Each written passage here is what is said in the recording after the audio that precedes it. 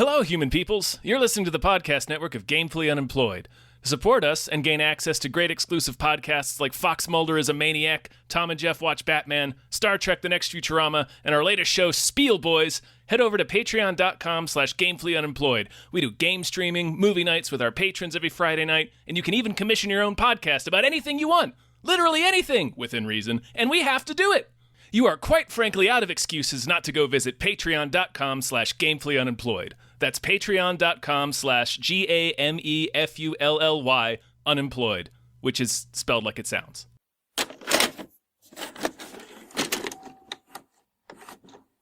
This is, hey everybody. Hello! My name is David Bell. My name is Tom Controversy Ryan. And we just watched Don't Worry, Darling. Don't worry, darling. Methinks you should worry, though. You should worry a little bit. You should be a little suspicious. What is the enemy of progress? Chaos. Yeah. Nasty word. Chaos. The one thing they ask of us is to stay here, where it's safe.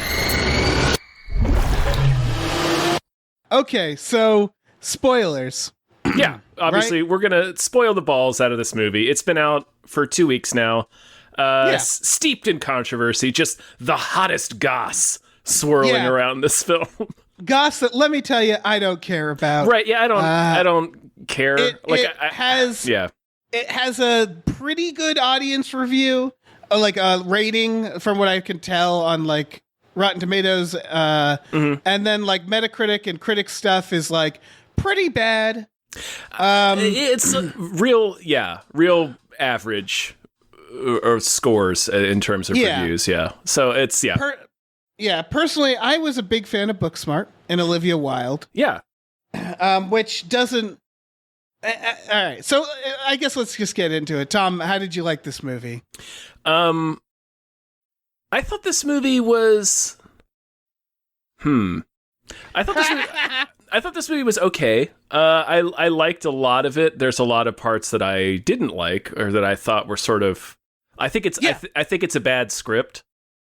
Yes, This is the thing. I came out of this still being like, I think Olivia Wilde is a good director. Yeah. No, I'm still. Go ahead. I think the script is very bad.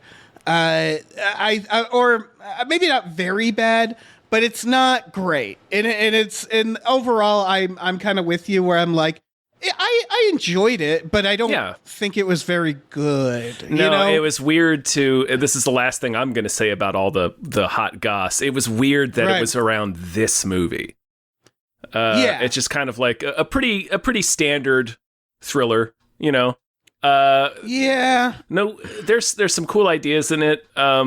It's not super deep or anything, and I liked a lot of the choices. It is effective at maintaining this continuous feeling of not dread so much as everything's unease. Everything's vaguely sinister. It's a little too long. It spins its wheels so hard in the middle. Yeah, it has. That's the thing. I want to start with that. It's not a horror movie. It is. Yeah, it's like a sci-fi thriller, and it misses a lot of opportunities to do horror movie things or to really do anything that like interesting with the premise it has. Like it could have done a lot more. Its benefit is it's very focused on characters, which was, I think, a good idea. Yes. Like as opposed to gimmicks and jump scares or anything like that. It's very much, it's about kind of as this gaslighty situation for this main character. And that was cool, but it definitely felt like they didn't have enough to do. And that bummed me out because this premise, I think there's plenty to do. Yeah. They just didn't do a lot or just make it 90 minutes, you know? Yeah, they sort of had Florence Pugh's character do the same thing, like have the same revelation twice. And then they just reset it. There's no like jump scares, but there were like 2 jump scares with this weird goth clown face that doesn't make any sense once you realize what's going on. It just doesn't make sense. That's the other part of this movie. So maybe I missed this because I had to pee for one scene, but I'm pretty sure I didn't miss anything. Why is it shaking? What's with the shaking? The earthquakes? I'm not sure. Okay. What's with the plane? I don't know. Yeah. That's the other big part of this problem with this movie is it's a mystery box that then when it reveals what it is, a lot of the stuff it set up doesn't make any sense, or rather is not paid off in any way. Yeah, the script really leans heavily on it being, it's this... like, we say a lot when we review movies that, at least I do, and I think you're of the same mind, it's a little tiresome when things over-explain. Particularly in suspense and in horror. But in this movie, it sort of uses that. This is like the opposite direction where it sort of leans too much on, well, it's kind of like this mysterious thing, so we're not going to explain everything. And right. We sort of, it just kind of yada yadas over some stuff that we really kind of need to understand a little more firmly, because otherwise it's just like, well, this just happened because you're making a movie and you want people to gasp at this moment. Exactly. There's a lot of that. So this movie kind of, it gave me a very toxic feeling, which is that I saw it on a Saturday night with a crowd and, people drinking and stuff like that Saturday night. And it really worked for a lot of people. But there was a few moments where I was just like, is this your first movie? Like, you know what I mean? Where like things would happen and it's like, oh yeah, it certainly is shocking when they do something without a setup. For example, Chris Pine's wife. Stabbing him for no reason. Yeah. With stuff like that. It's like, yeah, that certainly is a twist because you didn't set it up and explain it in any way. Mm-hmm. And then don't come back to it. She stabs him to death and says, now it's my turn, you stupid man. And then we just never see her again. Yeah. So like this, to me, this reeks of Simone. Remember Simone? I do. Where it's like Truman Show era, we're going to be really deep, but also like kind of not. A little like, okay, it's very like the broad strokes of what they're saying in this movie is very obvious. Yeah. No, it's not, this movie's not super complicated in what it's saying, for sure. Yeah, the sci-fi premise is like 20 years old. It's the 13th floor. It's actually... The thought I had on the way home is like, oh, this was Serenity. Yeah, so I was going to bring up Serenity. Folks, This is a Serenity. As in, they go, oh my God, what if it was all a video game? And you're like, yeah, we did this 20 years ago, but better. Yeah, the 13th floor. Yeah. And so, spoilers. The whole idea is that she is in a virtual reality, that her boyfriend has essentially kidnapped her and put her in, which isn't a bad idea. And again, it was a good execution in a lot of places, but it's also like they do a lot of bad, again, like 90s movies, things that we liked, but now felt bad. Like, for example, I know we're jumping right to the end, but they do the ambiguous ending. And this was a case where I was actually like, I wouldn't have minded this happening 15 minutes earlier and we spent a little time explaining what had happened and what happens to her afterwards. Like that's actually not a bad thing to do in this case, I thought.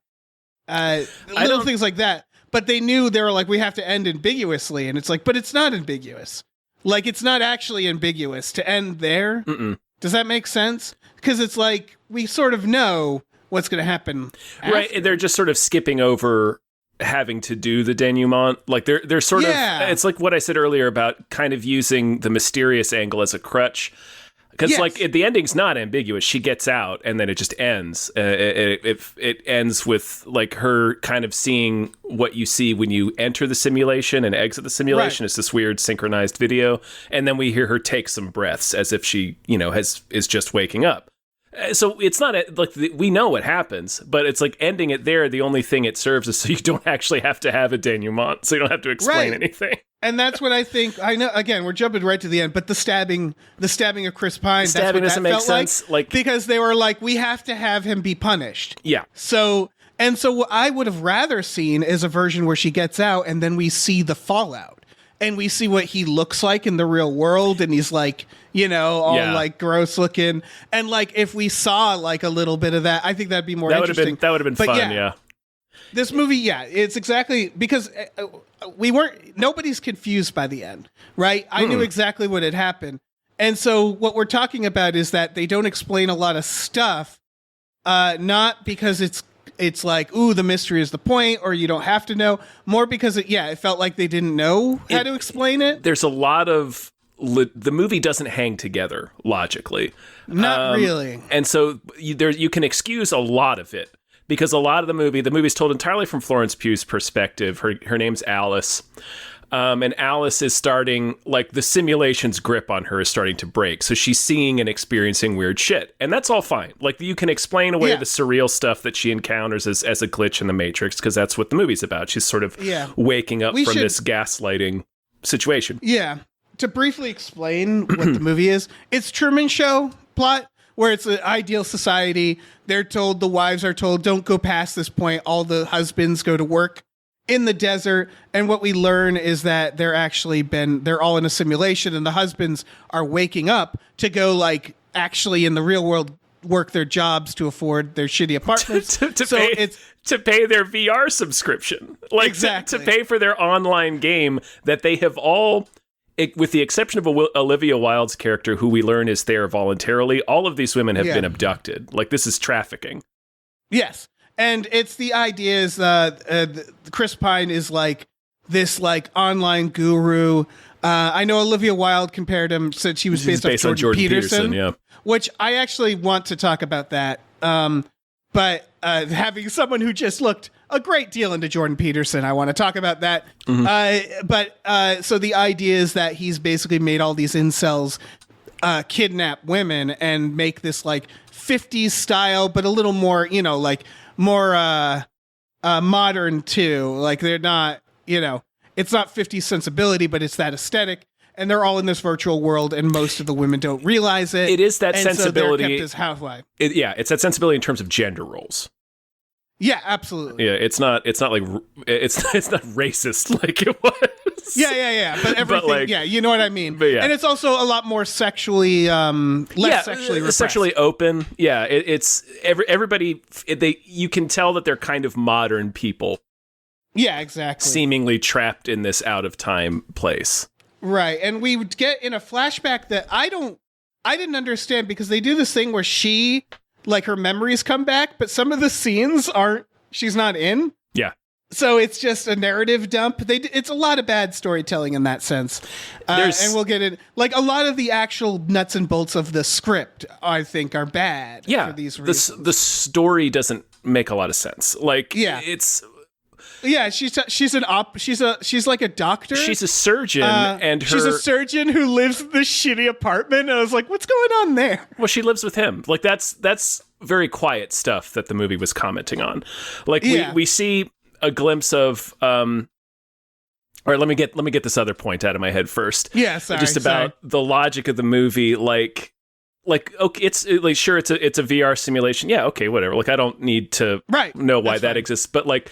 The idea that all of these women have been abducted and are in this simulation 24/7, they never get to log out against their will, and have had somehow their memories, minds wiped. The movie doesn't really explain how that happened.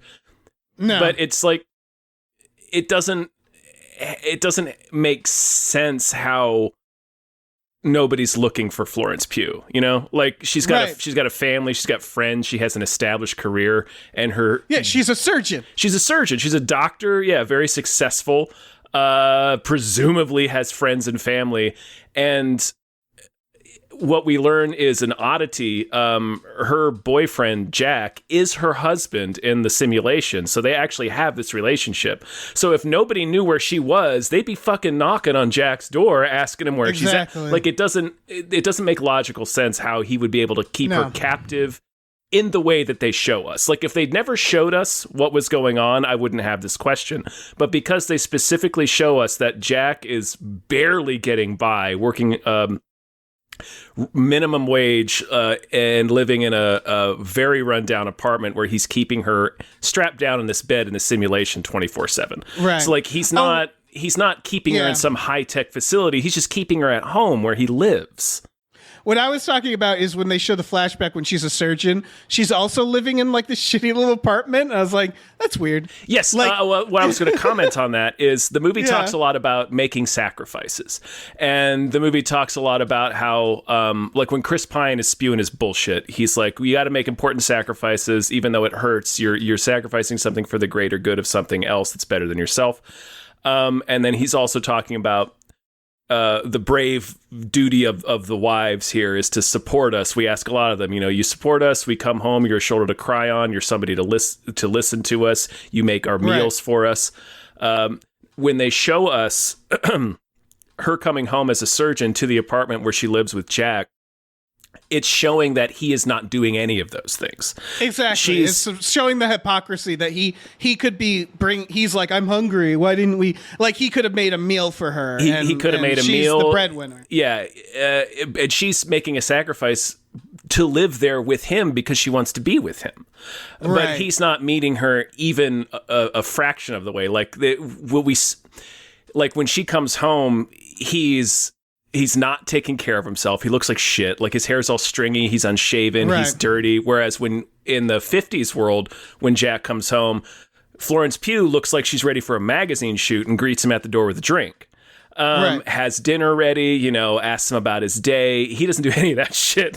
He hasn't done anything for her. He's like, I didn't make food because you didn't answer your phone. She's like, I was in surgery. I can't take my phone into the OR. Right. And then he just wants to have sex. And she's like, look, I just had a 30-hour shift. I have to go back in 6 hours. I'm tired. And he's like not doing any of the things that Chris Pine is spewing about. So when I saw that I didn't say, oh, it's bullshit that she would live in that apartment when they showed us that. I was like, oh, that's what the movie is making a deliberate choice to comment on something by showing us that. That's how I took that. And that does make... No, that is, you're right. I think that's actually... What we're battling with this movie is that the movie wanted to make it's the thing. So the safe comparison is Jordan Peele, right? Jordan Peele makes movies that are about things, right?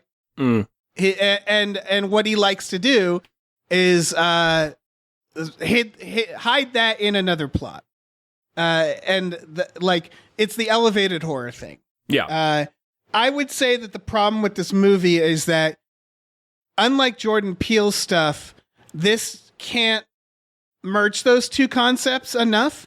It's too much about what is this about that the actual nuts and bolts don't make any sense. Right. The story doesn't stand on its own outside of like the comment that it's making. So stuff like that where like it just seemed weird. I know what the point they were trying to make, but I was just like, man, she has so much money. Like, that part didn't strike me as false for the reasons I just explained. But the reasons you just explained do make sense. But yeah, like the logistics of how, like, who is Chris Pine? How did he get this Project Victory VR world started? How is he keeping it funded? Like, they tell us it's incredibly exclusive, and like Jack is one of like his super high up dudes, but we see how desperately Jack is living, so he can't he can't be giving Chris Pine that much money. Exactly, things like that where it's like, is it like a cult where he picks people who are desperate, like the best examples or something? But it is like, you'd think they'd be really rich because this is like state of the art, never before seen technology. What would have been interesting, that they're using. Yeah, I think what would have been interesting to do, and I wonder if this was an oversight or if they just really wanted to hammer home the idea that Jack is like this slimy ghoul. But like, what would have been interesting is if Jack did have like a really good job, a really high paying job, and then we see him come home and he's living in fucking squalor because he's giving all of his money to Chris Pine for this Project Victory. That would be cool. Yeah. Yeah. But then there's stuff where it's again, there's a little bit of like, don't worry about it. And I get that, but it's like, they do a thing where they're like, if you die in the VR, you die in real life. Yeah, they really throw that at us like 10 minutes before the end. And the VR is just these eye things, and I'm like, how? How would you die? Yeah. Like, and then you get these questions of like, wait, so does she feel the world, or like, does she know she's not eating real food when she's eating? Can she feel pain? How does this work? And then there's like, again, plot points. So this all starts with her seeing a plane crash, which again, no idea what the plane means. They never explain the plane. The plane is... And she runs out... Hit pause on the plane real quick. The plane's an image within the movie. It's a repeated motif in the movie, but it's of no significance to her character. Yeah. So it doesn't make sense why she would see that plane crash. The movie threw a lot of like distractions, a lot of red herrings. Like we were talking about at the beginning, every now and then they have earthquakes and they're like, the boys are up to something again. And you think like, that's going to pay off. Never does. Nope. Never does. They never explain what the quakes are. So it's like, well, what was the point of that? It was just to throw us off. So does the VR program have earthquakes in it for fun? Is it supposed to symbolize the VR falling apart? Because that's not how VR falls apart. That's not how that works. So she sees this plane and it looks like it goes through like a force field. Doesn't explain that.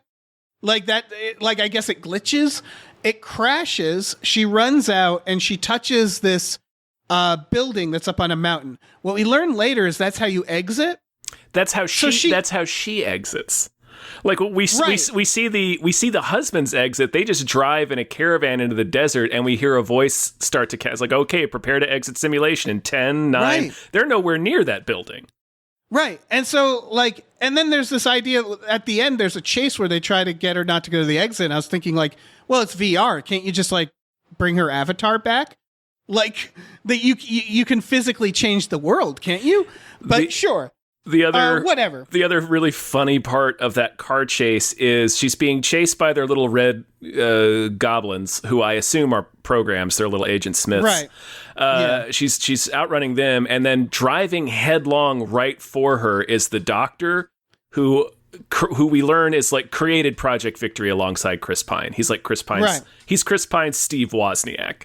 Yeah. But he is driving flat out directly towards her. And what happens? He gets into a head-on collision with the ghouls and explodes and dies. Now, as the person who co-created this VR simulation, surely he understands that if he crashes his car head first into these people, he will be killed. So why does he do this? No reason. Just so we can see this Doctor character get punished. That's the only reason it happens. Yeah, and why can't they just be like, delete her car? Yeah. Yeah, shut her car off. So am I to believe that what happens that quote unquote like wakes her up to the world is that she gets out halfway through the movie? Because what they do is she goes up there for the first time, touches the glass, and gets out, and then they just cut to her in bed. So what happened? They say that Jack brought her back in. So what happened is she probably woke up and either Jack was there or he came home shortly afterward and put her back in the simulation, and they wiped her memory again. Yeah. Okay. Yeah. That makes sense. Why in the simulation does she also go to a surgeon? I don't know. Like, they haul her off. Her kidnapped. Yeah. And it's like, why would you do any of that in the VR world? You don't have to do that. Can't you just mind wipe her again in the VR? Like, it's just so weird and inconsistent. Everything about, and it's very much like a mystery box, like a show like Lost. Only it's compacted into 2 hours, so you notice it a lot easier. Yeah. Where you're like, none of this is consistent and makes sense. It is like season 1 of Westworld condensed into a single movie, where you're like, you're on board for a lot of it, and then all the stuff that's stupid and doesn't hang together gets just really louder. When it's truncated into 2 hours instead of 10-hour-long episodes. Yeah, and so you're sitting there like, what does this all mean? And I think the ultimate problem is that the observation being made, and I know there's a lot of critique of this, isn't like it's for most of us, it's a pretty obvious one. Yeah. You know what I mean? Where it's just like, oh yeah, these guys are sexist and they want things to be like back in the day where women knew their place. And there's like some other observations within it. But that's generally it. And going to the Jordan Peterson thing, I don't know for sure, but I assume when she says she based him off of Jordan Peterson, she probably means that quote where he said we need mandatory monogamy, right? Probably. Or I don't know. I have no idea. Like I have no idea. I don't know what she was referring to specifically. But she talked about Jordan Peterson being like an incel icon, which he is. He is. And I just assume because that's what this is about. It's about mandatory monogamy. It's about guys forcing women. And I guess what I have to say about that is, one, that of all the things Jordan Peterson says, that's actually the only one that he didn't actually say. Which is, it's like the one misquote for Jordan Peterson, which I am certainly not defending him. And that's my point too, is if you're going to do an exploration of Jordan Peterson, I think there's just a lot more to say about like the fascism that he supports, and like, yes, lots of sexism. There was just a lot more that could have been explored in the incel Jordan Peterson online guru community. And I guess what I'm saying is that this feels like a very, like, someone who read an article on him. It was real. And then wrote a movie. You know what I mean? It's very skin deep. It was very superficial, yeah. And just comparing him to Jordan Peterson, she may have just said that offhand. And because Chris Pine occupies that same sort of role, like, you can tell in all the scenes, all the men hang on his every word. They fucking love him. They adjust when he shows up not wearing a tie. We see one of them frantically take his tie off. Yeah. But this is a thing, like this the Absolutely. Idea of like a return to 50s traditional gender rolled lifestyles. Like, this is a movement among far right radicalized communities on the internet, for sure. For sure. But I don't think this was a very good exploration of it. It could. There's a lot more meat. There's a lot more meat there. Yeah. Yeah. When you think about, I'm sure. If Olivia Wilde was listening, she'd hate the idea of having to be compared to like Jordan Peterson, Jordan Peele. But like, again, it's part of the genre. But you look at a movie like Get Out. What made Get Out kind of unique is it wasn't just like racism is bad. You know, that would have been like it's like you'd walk out and you go, no shit. That was an observation about liberal racism. Right? Insidious about, like, racism, yeah. And like exactly. fetishization. Yeah, and it was like, oh, what a really good angle. Mm-hmm. And I think this just needed a little more exploration when it came to what the actual message was. Because it didn't really like explore that concept, right? Is like, I guess the closest they do is Olivia Wilde's character. But that's more about VR and like living in a fantasy than it is about, you know. Yeah, it's a broader thing about living in a fantasy. Yeah, but I do, like I mentioned, describing the scene where we get to see Florence Pugh come home, and it's sort of, we see that the power dynamic is different in their real life relationship, and Jack is not doing any of the things that they're expecting the wives to do in their perfect 50s culture. So that's right. That's about as deep as it gets, which is still like, I like that. It's a statement, it's pointing out how some hypocrisy, but it's also, and it's again, like, I didn't for a second think that he was good, you know what I mean? Where it's just pointing out of like, yeah, he's a piece of shit. Well, and it's that idea of guys being told like, you're special, you're like, basically what they're doing is that his character is a loser in real life. Yeah. And he doesn't like that his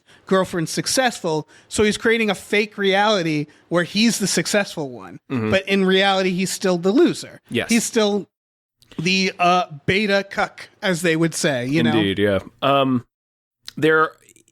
I think the other big statement that the film makes is that this time period that is romanticized by a lot of these fucking shitheads, it was not a perfect society by any means. Like, all of these, the women are literally trapped in this movie, but like, if it didn't turn out to be a VR simulation, they still would have been trapped. And that's like kind of what the movie, another big statement that the movie is making, is that this is not like Jack says when they have a confrontation right before she kills him with a tumbler.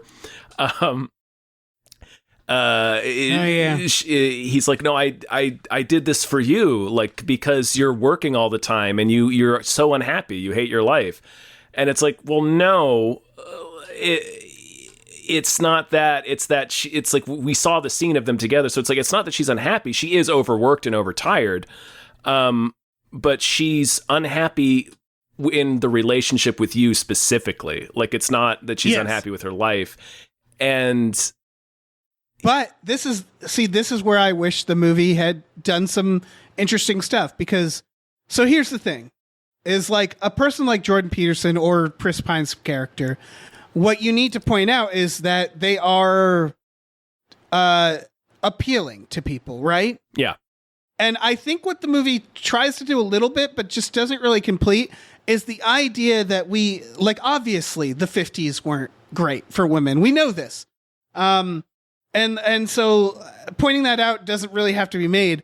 I think what they're, and maybe, again, maybe the movie is trying to do this and it just didn't stick with me, is they're also trying to point out that the 50s we see as simpler, where what the reality actually is the reason the 50s seems appealing is because it was a time where a single income could afford a house with a yard and a full a full family.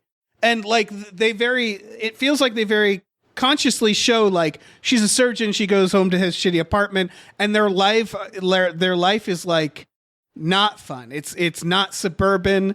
It's in the middle of the city. They don't have, it's dark. They never show it during the day. They don't have hot water. Yeah, when she comes home. Hot water. Which, again, that was something where I was like, can't you pay the bill? You're the surgeon. Like, I don't know. Like, I get what, like, that's what I mean, where it's like, I get what they were trying to do, but the logistics of the situation, I kept thinking, like, if I was staying at my significant other's place and I was making a lot of money, I would be like, yeah, I'll get a cleaner in here, like, I'll do some stuff to help out. But that's besides the point. I think what might be between the lines there is that, like I said earlier, the idea of her making a sacrifice and living in sort of his apartment because she wants to be with him. I think maybe we might be supposed to infer that, like, he wouldn't want to move into an apartment that was hers. Yeah, maybe. But I think what they're also trying to show is that modern life is economically perilous. Yes. And so the romanticizing the 50s lifestyle, I think what we subconsciously are romanticizing is a time where it wasn't economically perilous, where the future seemed bright. And what like she's trying to point out here is that we don't think about the hidden costs of that, Mm-hmm. And it actually would have been wise to point out the racism factor there too. Yeah. But again, it feels like very muddled, and it feels like maybe they weren't thinking too much about that idea. But like, that's the whole appeal of someone like Jordan Peterson, which is he's telling people this order is the right order, the single family unit. This is all the natural things, and that's why things are so bad, quote unquote bad now, is because we're not doing this natural hierarchy. Yeah, it's like no, man, it's because $15,000 a year can't support a family. Exactly. Like it could in 1952, you dumbass. And that's literally all it is that it's this like bottom up or like top down thinking, or you know what I mean, where it's like you're blaming the wrong things. Yeah. It's just like it coincides that pushes for equality happen to happen at the same time that our economy got fucked, and that the rich got richer and the poor got poorer, and minimum wage wasn't adjusted, and so on and so forth, and healthcare got shitty. And it's just like, yeah, no, those were the actual things that you miss, but you don't think of those. So you're blaming like women and brown-skinned people for the problem instead. And I think there's just a lot more to say there that they don't really do here. It's more about just incels wanting to trap women, which is fine. You can, but like, I would argue this is the kind of thing that you do for a Twilight Zone episode that's somewhat forgettable, as opposed to a 2-hour-long movie. Yeah. That's my feelings on the message of it, at least. Yeah. Yeah, I don't want to necessarily ding the movie for things that it didn't say, because what I'm dinging it for is that it just feels like there was so much more to say for 2 goddamn hours. This movie it's about a half hour too long. Yeah. Again, had this been a 60-minute Twilight Zone episode or a 90-minute film that was just very hyper-focused on an idea, but it's the fact that it meanders in the middle, and it's like all this time could have been spent exploring other ideas. Mm-hmm. But it, you know, it's weird. And like, I know we spent a lot of film, like we started this by saying that we thought it was okay. So I should note, again, I really like Olivia Wilde's directing. I also really like the humor in this. Specifically, her character is hilarious. It was the movie's genuinely funny. Like, yeah, and it's genuinely charming. Like, all the characters are doing a great. Like that. It sucks because this is basically every review has said the same thing, but it's true. Massive talent throughout the movie. Yeah, I like the specific directing choices that are made throughout. There's a lot of real subtle things like. The one wife, Peggy, I think is her name, who is perpetually pregnant. And is just desperate for the approval of anyone who walks in the room. So like the first scene in the ballet class, where it's the POV of the ballet teacher who is Chris Pine's wife, but we don't see. We just see her POV as she's walking in, and it's very slow. Cameras panning across everybody in the room. We can hear her footsteps, and you can see Peggy's expression as she's trying to be noticed, but also trying to like maintain, like trying to be cool, but also trying to like catch teacher's eye or whatever. Right. Like that whole scene is played out. It's creepy and it's sad, and it's also like you can. It's a little. Has a little bit of that cringe-worthy thing that you feel in some dramas, like in a cringe scene. And there's a lot of stuff like that, and it's drawn out. It's like probably a 10 or 15 second shot. There's stuff like that throughout the entire movie that it just keeps you with this feeling of like, man, I don't quite. Like you can't get your footing, but you know that something's not right. So it's keeping you in the headspace of Florence Pugh's character, and it's done really well. And she does a lot of cool shit with sound, like the sound design in this movie. Yeah. You know, the people responsible for the sound design, of course, I want to credit the right person. But the sound design and the way the sound is implemented throughout the film is, I think, the most effective thing it does, in my opinion. It's really good. Yeah. Yeah, and I would put, you know, obviously she's the director, so it's all on her. Right. Ultimately. Yeah. And that's really like, again, I really enjoyed watching this. Mm-hmm. Through and through. It's an entertaining movie, parts, near the middle, I got a little antsy, and I remember thinking, like, something needs to happen soon. Because we're not doing anything. The movie does seem to behave as if we haven't figured it out, like for way longer. You know, there's way too long of that moment of like, something's wrong. Yeah. Something's wrong. And it's like, I know something's wrong. Tell me what it is already. We're ahead of you, movie. Just like, come on. And that's what it comes down to is like, for me, it really comes down to the script was just a little weak. In the logistics and in like, it really didn't need to be this long. And it really doesn't say enough to be that long. But in terms, again, I really enjoy watching it. Not in the same way I enjoy watching Serenity, because I enjoy watching Serenity too. Yeah. But that's because of, you know, Jason Clarke doing what Jason Clarke's doing. That's another movie filled with great talent. Goddamn mind. Yeah. But this was a lot of fun. Yeah, it's an entertaining movie. And it definitely, it's like, I don't want to say that like, just because it's superficial, like I don't, like all of its points were well elucidated.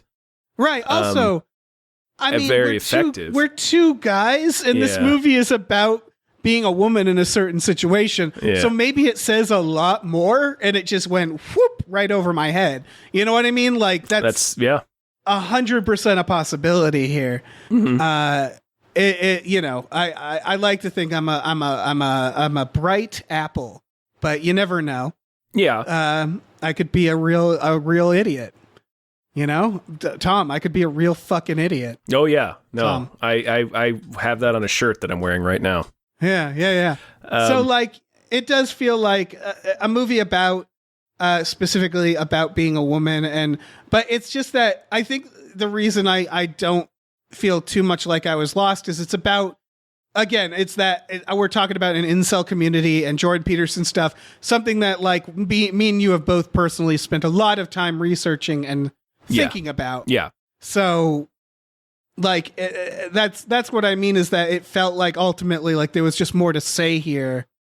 Like, I just think this script really could have used a couple more drafts, you know? Mm-hmm.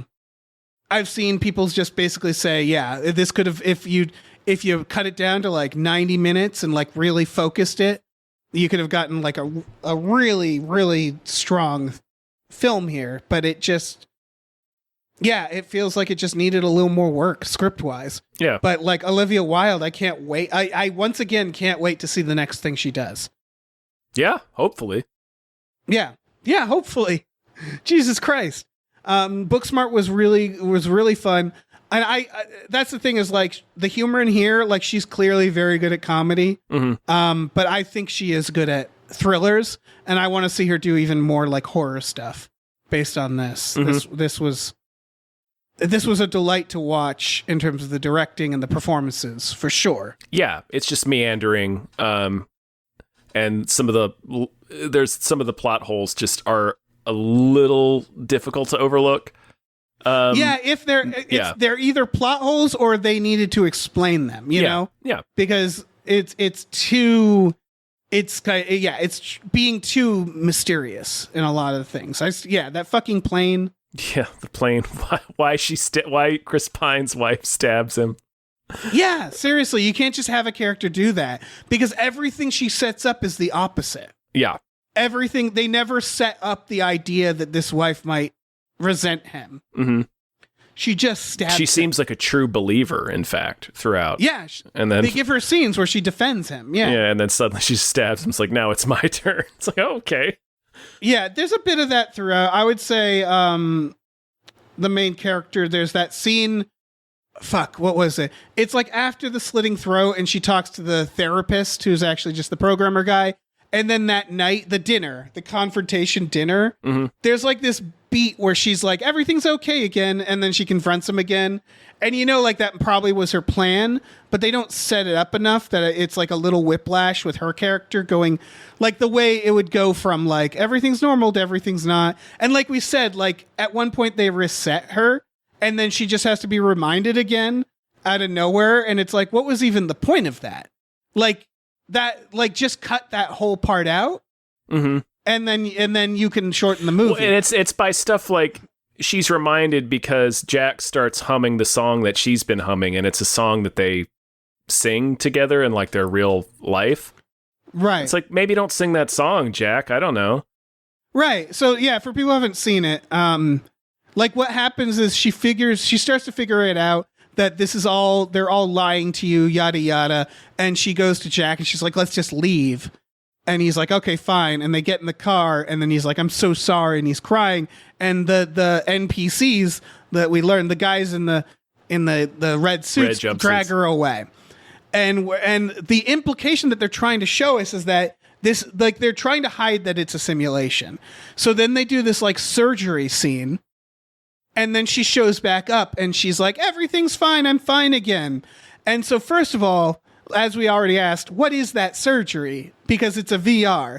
So like, they don't explain what that would have been. How, like, couldn't they just reset her memory anywhere while she sleeps at night? Because that seems to be what they do earlier. And just like reset her memory so she doesn't recall the thing. But then she's like, okay again. And this is like, we're nearing the third act. So it's like, Jesus Christ, are we going to have to watch her figure it all out again? And then she figures out way quicker. And then the movie continues. And it's just like, why do that? Yeah. Why just, things like that happen where it's almost like they wanted it to be 2 hours. And it's like, it's okay to be an hour and a half, mm-hmm. you know? Yeah. Her wandering into the desert, like miles into the desert to find this plane crash that the trolley driver wouldn't refuse to take her to. That doesn't make any sense. Right. Why would she do that? That was so weird. You would call somebody. I was like, you would call someone. You'd say, hey, let's go back into town. Yeah. There was a plane crash. Because what is she going to do? I think what they could have played with is the fact that she is a surgeon. And they could have had moments where, like, she knows how to do stuff. That it's like, how did I know how to do that? You know, how did I know how to heal that person? If they had done something like that, that would have been interesting. Yeah, maybe. But I was just bringing that up and there's another scene where like she tells all the women, like at the dinner confrontation, she tells all the women that all of their memories are false. Like, because they all have the same story of meeting their husbands. They all honeymooned in the same place. They're all from the same places.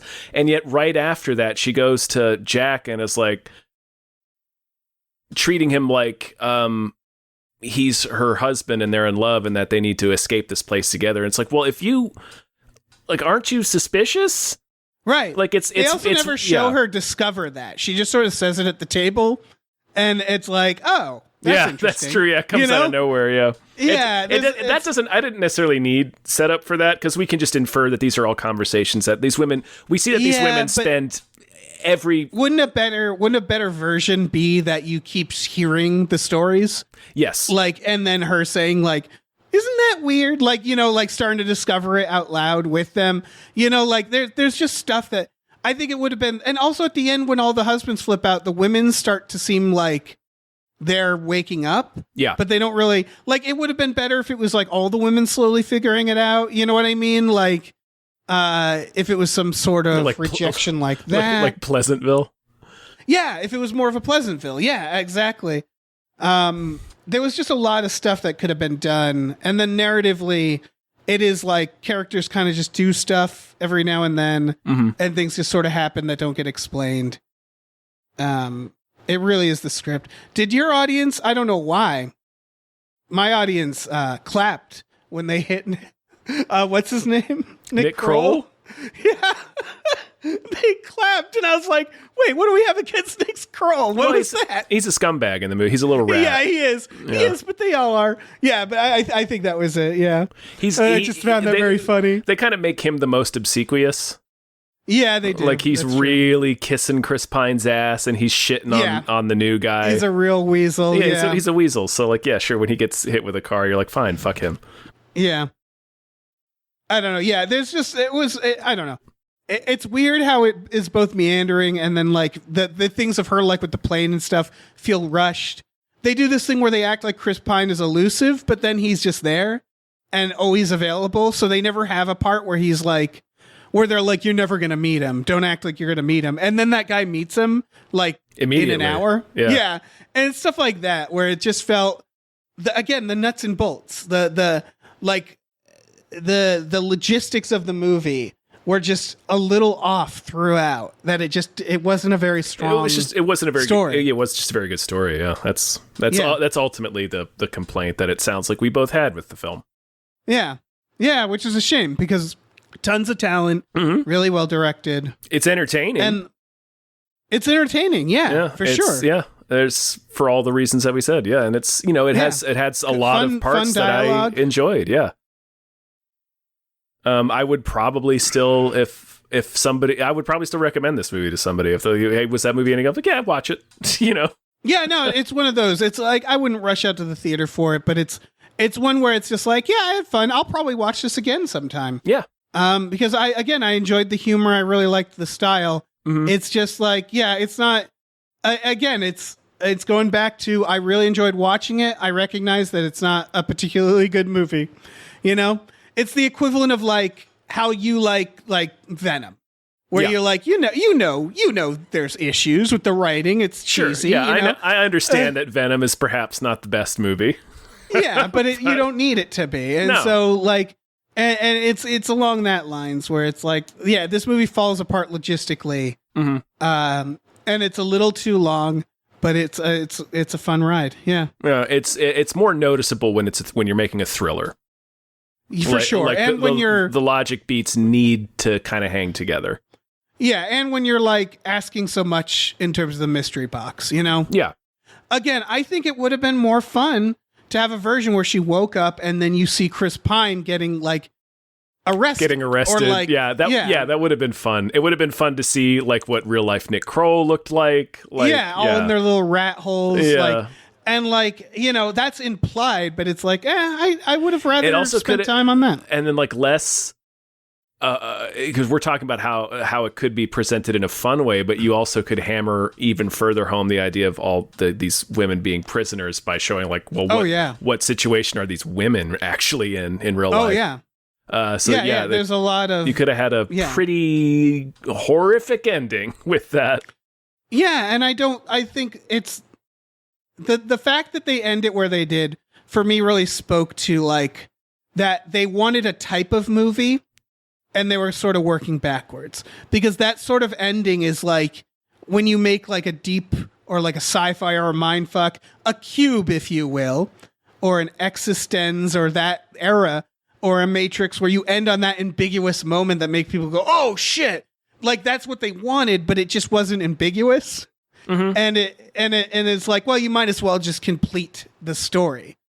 Like, I wanted to see how she'd get out of the bed with the dead guy next to her. Mm-hmm. You know what I mean? Like, I think that would have been, like, interesting. With dead, like having dead Harry Styles. She's Jerry's game. She's in a Jerry's game. She's in a Gerald's game. Not? Sitch. Yeah. Yeah. And so it's like, honestly, if you're going to make it 2 hours, like, shorten the other stuff by like 15 minutes and add like kind of a horrific sequence of her like having to chew her way out of there with the fucking corpse next to her. Right. And like find the cops and like, They add this thing where when Olivia Wilde comes to her, she's like, yeah, I know this is a simulation. I've known the whole time. You need to get out of here right fucking now, because they're going to come to you in real life and kill you. Exactly. Like, and I was like, oh shit. Yeah, she's going to have to get away from them in real life. And so it's just like, I don't know, complete the story. It's ending it there doesn't do anything for us. All it does is make it feel ambiguous, but it's like, just end it. Just end the actual story. Yeah. And it's not like Cube, you know? It also, as I said earlier, it saves them the trouble of having to connect the dots that they maybe didn't know how to or didn't want to take the time to connect. No, there's a lot. Again, like we said, there's a part where she starts getting her memories back, but then they like show Harry Styles alone doing stuff. And I'm like, well, that's not one of her memories. So they're just telling us. So then it becomes the big problem with Mystery Box, which is perspective, where it's like, I'll accept it when it's, we're watching it through their eyes. But then when they start showing us stuff that they're not seeing, it's like, well, then you could have showed this anytime and you chose not to. So you're withholding. It's not the sharpest writing. It's not good storytelling. But all right. I think we've hit our points hard enough. Yeah, we have. I think the reason I'm charged up because it's just such a fucking weird movie, and I don't know. It is entertaining, yeah, and it is entertaining. A lot of talent. It's well directed. It's well acted. Yeah. I like what it does say. I think it does so in an interesting way, and it's effective without. I thought Harold Styles was fine. Yeah, he's fine. Is he gonna be in a David Bowie biopic? Someone's brewing that up, right? Because he's just a little David Bowie. Pretty much, yeah. Probably. Yeah, I don't know anything about Harold Styles. I just know that Harrison Styles about like him not being a great actor or something. And in this, it's like, yeah, he's doing fine. He's fine. He doesn't. Not too. It's not a terribly complicated part, but he does all of his scenes with Oscar-nominated Florence Pugh, and he does fine. So he does fine. Yeah. He's in over his head. Sure, for sure, in terms of the talent around him. But he does fine. I want him to do something with Bill Skarsgård where they just both play like skinny guys. Yeah, it's skinny guys. Yeah. just loping around. Intense skinny guys. Peering at each other. Yeah, just peering like two cats from like, I want them to play two neighbor cats who see each other through windows. And they just hate each other. They kind of have. This is going to sound like I'm insulting them, but it's not. They sort of both have vulture energy. Yeah. Like, for sure. They loom. They loom. They're loomers. They're loomers. Like they're like they have to be at least 9 feet tall. Yeah, they gotta be. Yeah. Yeah. I want them in little kitty outfits, like little kitty pajamas, just staring out windows. Just staring at each other through their windows. Yeah, that's what I want. I want that for everyone. What a film! World. What a film that would be. Yeah.